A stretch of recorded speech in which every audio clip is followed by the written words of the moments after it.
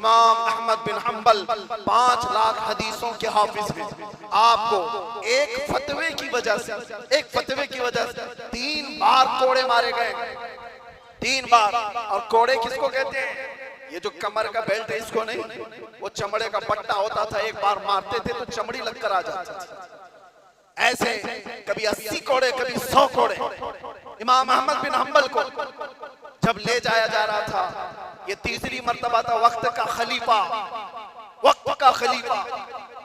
जब जल्लाद को हुक्म दिया कि इस बार फिर इनको कोड़े मारो, इनको फतवा वापस लेने के लिए कहो। एक शख्स ने कान में आकर के कहा, वो भी बड़े आलिम थे उस वक्त, कहा कि आप मुझसे कान में कह दें से मैं सारा मामला सही कर लूंगा, निपटा लूंगा। आपने कहा मेरे मुस्तफा की इज्जत और उनकी शरीयत कानों में नहीं बोली जाती,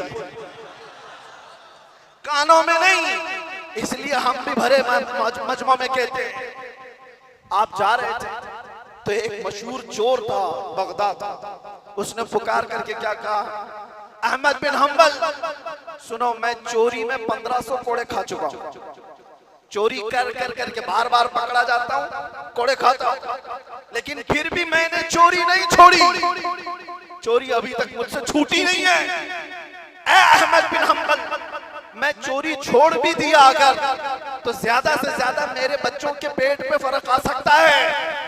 आप ये कोड़ों के डर से हक बात बोलना न छोड़े, इसलिए कि अगर आप समझौता कर लिए तो पूरी उम्मत बर्बाद हो जाए।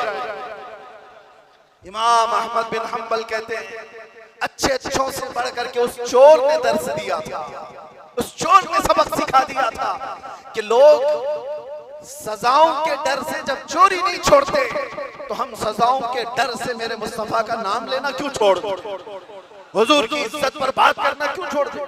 और अब तो हमें पता है हमारी जिंदगी बची क्या है, हमारी जिंदगी की असर हो गई।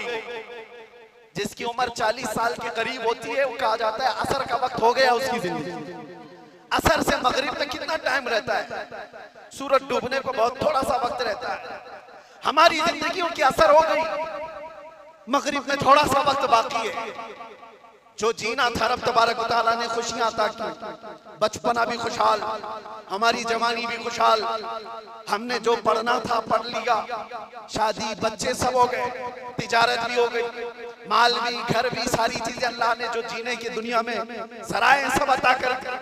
अब इस वक्त जब असर से मगरिब का वक्त हो चुका हो, आदमी अगर अल्लाह के जिक्र से मुंह फेर ले और इधर सूरज डूब जाए तो फिर उसकी जिंदगी इससे ज्यादा नहुसत में नहीं आ सकती।